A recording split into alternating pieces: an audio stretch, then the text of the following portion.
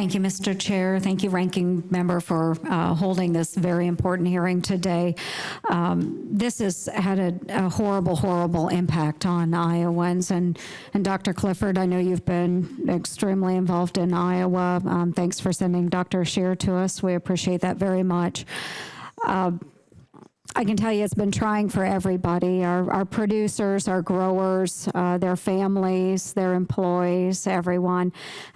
We've fielded a number of calls in our offices between the good senior senator from Iowa and myself, and many of these impacted farmers have told me that just the process of gaining approval for the depopulation, the disposal, repopulating, and the indemnification has really been very complicated. It's been so frustrating for them, very slow.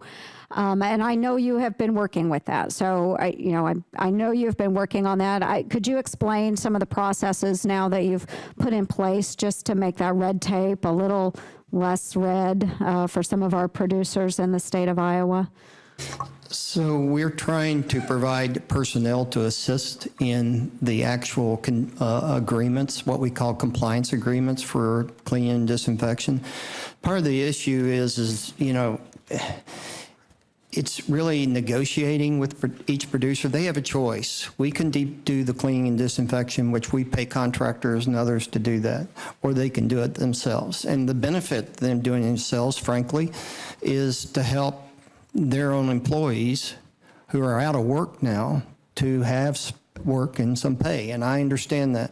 But it's also agreeing upon the cost of that. We're looking at different things for the future.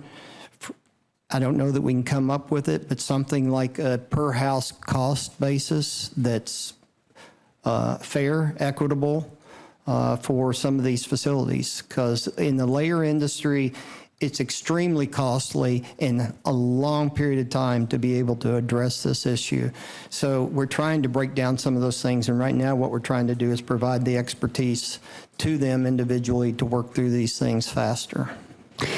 Is it possible that in moving forward, we can't go back and make it any faster in the past, but moving forward, is there a guide or an SOP, standard operating procedures, that APHIS can put out in a little pamphlet, or just an easy way for our folks to know where to go, who to talk to? Senator, that's exactly what we want to do. And in addition, the other things we want to do is assign a person to each flock that's affected, or each facility that's affected, that can basically be that go-to person for the entire length of time for that outbreak and its impact on that flock. So they've got one person to communicate, and then that person would communicate back with us, and it would make their lives a lot simpler and easier.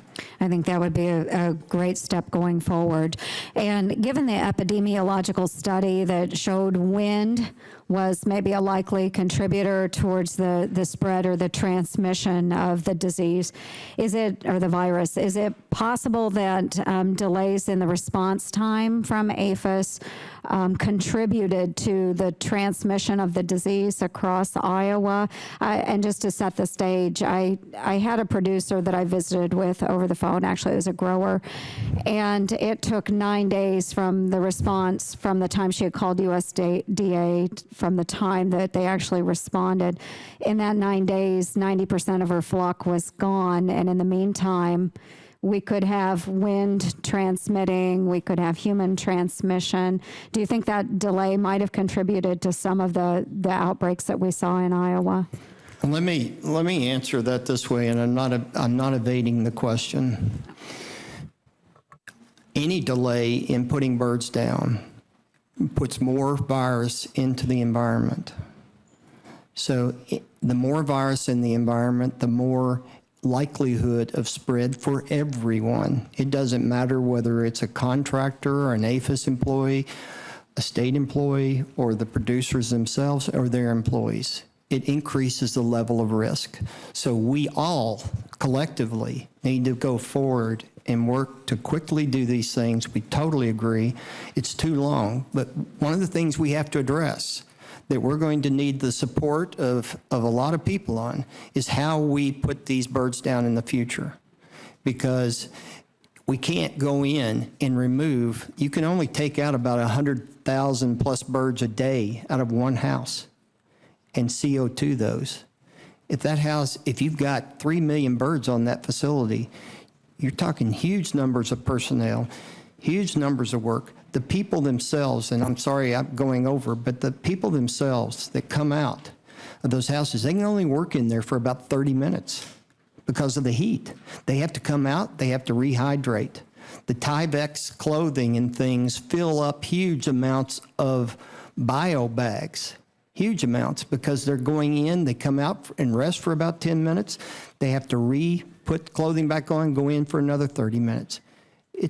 This is huge. You're talking about manure and birds and product that can be literally miles long and 4 or 5 feet wide and 6 or 8 feet tall.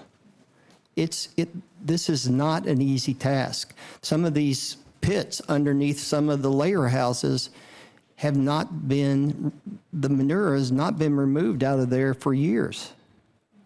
And it's massive. Thank you. I appreciate it, Dr. Clifford. Thank you very much, Chairman. Senator Brown. Thank you, Mr. Chair.